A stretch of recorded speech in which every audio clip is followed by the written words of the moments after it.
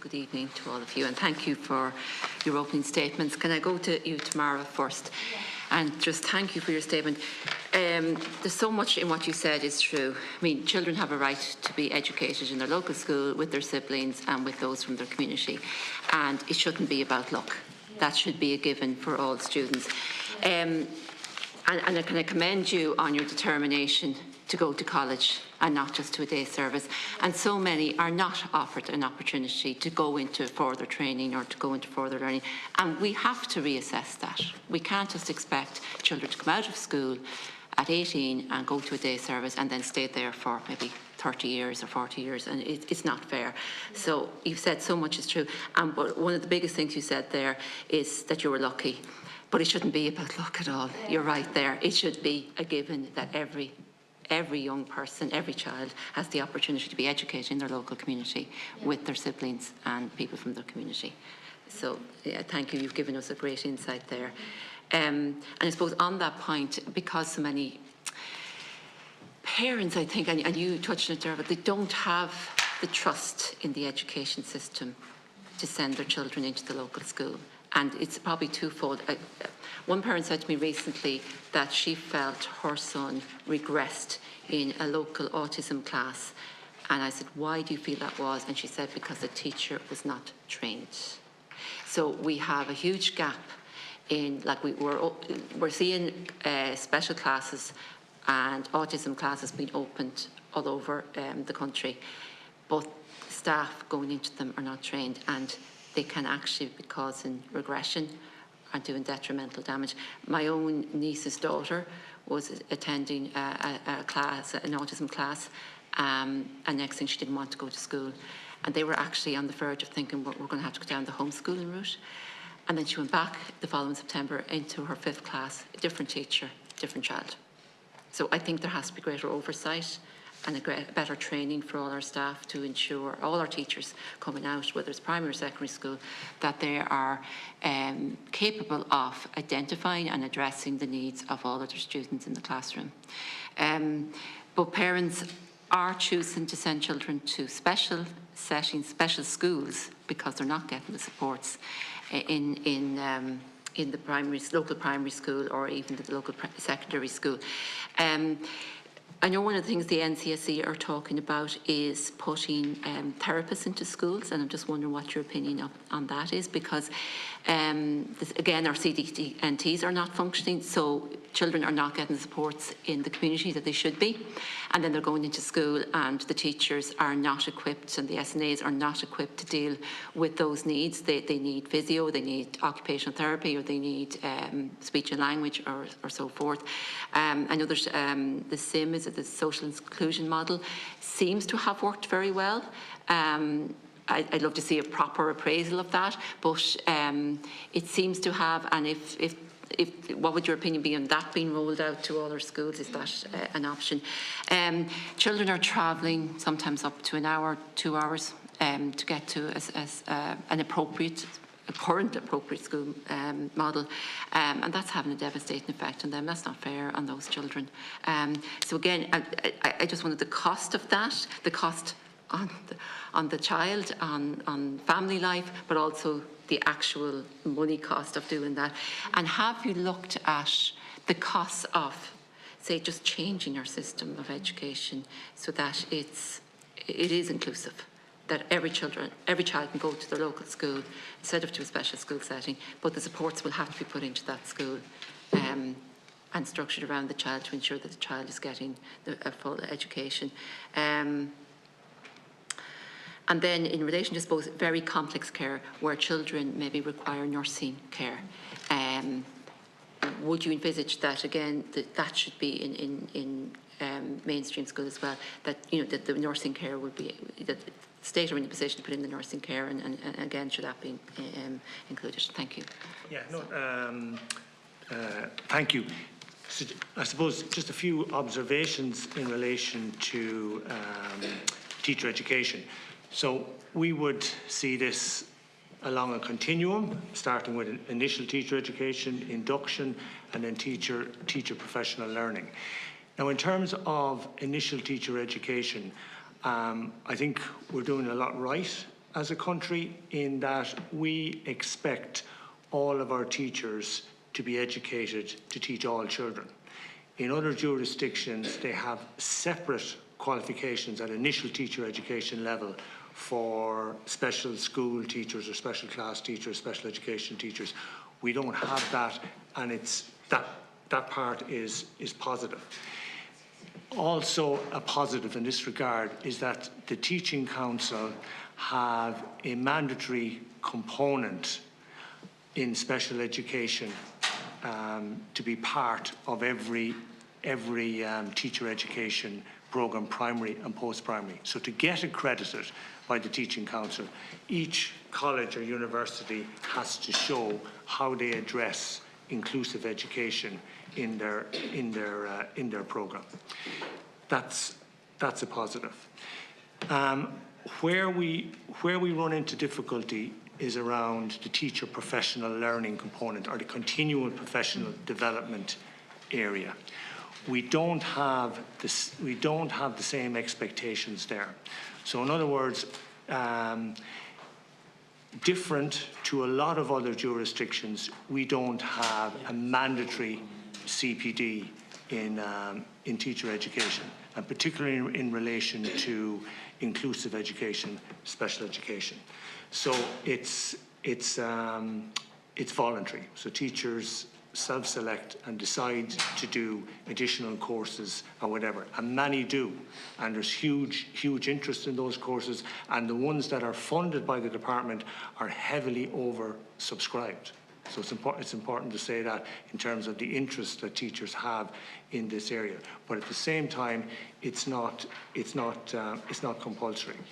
Now, the NCSE in their advice do request Teaching Council to look at standards in this area for teachers, particularly in relation to continuing professional development, and we would definitely support that.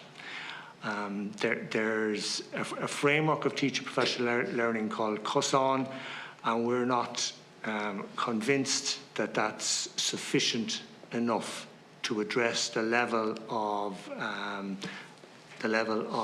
specialised professional education that teachers would require to meet the needs, particularly of children who require quite intensive support. So that's a gap that we definitely would like to see addressed. So, so as I said, positives in relation to initial teacher education. The other observation I would make is that sometimes we place too high an expectation on initial. And it is, as it says on the tin, it's initial teacher education. It's the foundation, a really important foundation, absolutely. But the other elements are critically important in terms of developing capacity in the system across the career span of all teachers. Yeah, I couldn't agree with you more, because really until you stand in front of a class, you don't know what your experience is going to be like or where you need support, and it should be ongoing. Just when I was teaching, I was a teacher for many years, actually under, I can't remember which of the pay agreements, teachers were expected to do an X number of hours of CPD per year.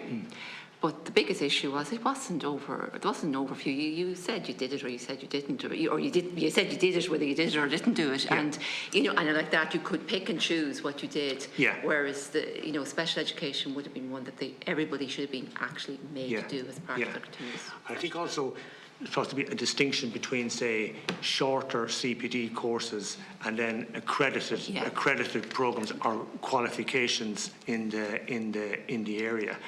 And there are definitely gaps there. I know my own college has a postgraduate certificate in the education of students with autism. We have 18 places, the same number of places that we had 20 years ago. We could fill that course 5 times more. Yeah. So the demand is absolutely there from teachers. So I'd like to just respond to you raised funding, and I'd like to just respond about kind of the increase in funding in the area of special education and the special education budget more generally. So we're 20 years on from EPSN, And we're 20 years on since the profile of the demography of our classrooms has changed quite a bit with the inclusion of students with special educational needs within it.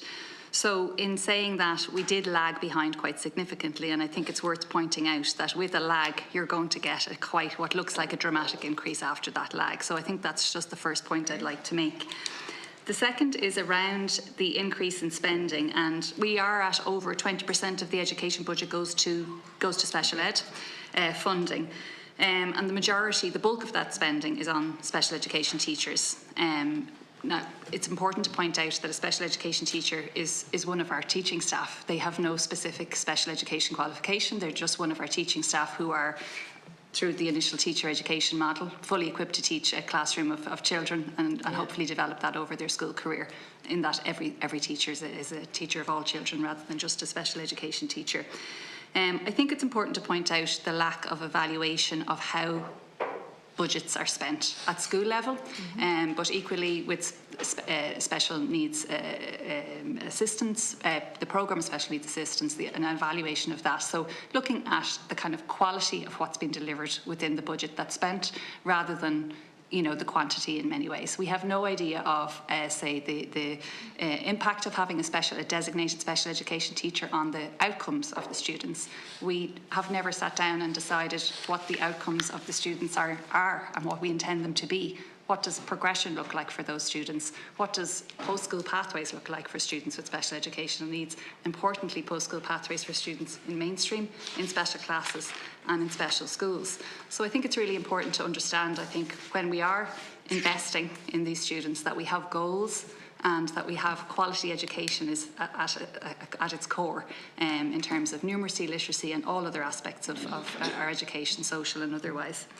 I think just in relation to Ireland's special education budget in other European countries and globally, part of the special education budget is about building capacity amongst our school leaders.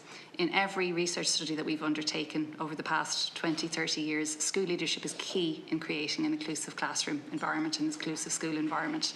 So investment in capacity building of school principals who perhaps on receipt of an allocation don't fully understand how to spend it, where to spend it, and what level of accountability they should have on that spend. So it's really important, and I know school principals have a lot on their plate, and but building capacity might relieve some of the pressures that they're experiencing in relation to the administration of special education. After that. So to your point, Deputy Tully, around children having to travel long distance to go to school, absolutely, that is what is happening for children across the country right now. We know of many families who are in contact with us on a daily basis at Inclusion Ireland, telling us that their child is travelling for an hour and a half every day in a taxi, going past 10, 20 local schools to access their right to education. So really, when we're talking about all children having the right to go to their local school, what's happening in families every morning when families are preparing to go out the front door. So I spoke to a mum just last week. She has 3 children.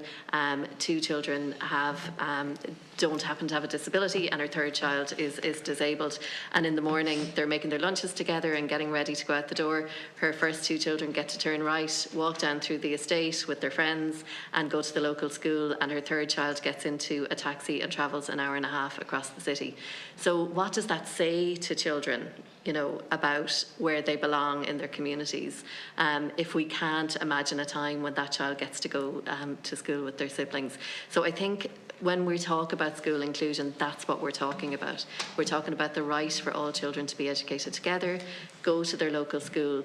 And we know that that's complex. We know it's complicated. We know it's going to take time and resources going in the right ways. And critically, I think Joanne touched on it with leadership at a local school level. I think this takes leadership from government as well to talk about why this is important for all children in our state to be educated together. So absolutely, it's a hallmark of education at the moment, and something that is causing a lot of damage to children having to travel that distance in every way, shape or form. And I'll just address the school inclusion model as well, because you brought that up in your opening questions. I don't think there's a school in the country who would say that they wouldn't like to have their therapists on site working alongside the teachers, educators and special needs assistants.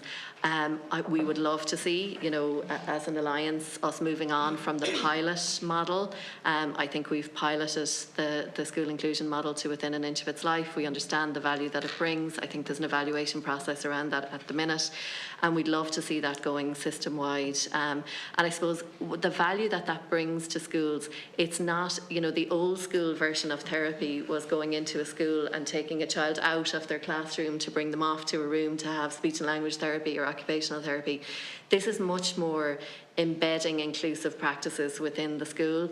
The therapists working alongside the teachers, the educators, the special needs assistants to look at how a child can access the curriculum, to really focus on the access and accommodation requirements that a child needs to have a high quality education experience. So absolutely, I think the more that we can build in those supports into inclusive schools, the better. I speak about like leaving school and not having the decision to go to college like everyone else. No one should take my decision or anyone else's decisions away from them. They should let them decide, because when I left school I didn't know where I was going, what my future would be, and then finally I went to college and now I'm part of Inclusion and Inclusion Europe, and I think that people need to stop making decisions for people like me and let them make their decisions, not take their decisions away. And I think that like parents should not decide what their children need to do. If they want to go to education, you know, they should be in a normal school like everyone else. And thanks for having me here today. Thank you.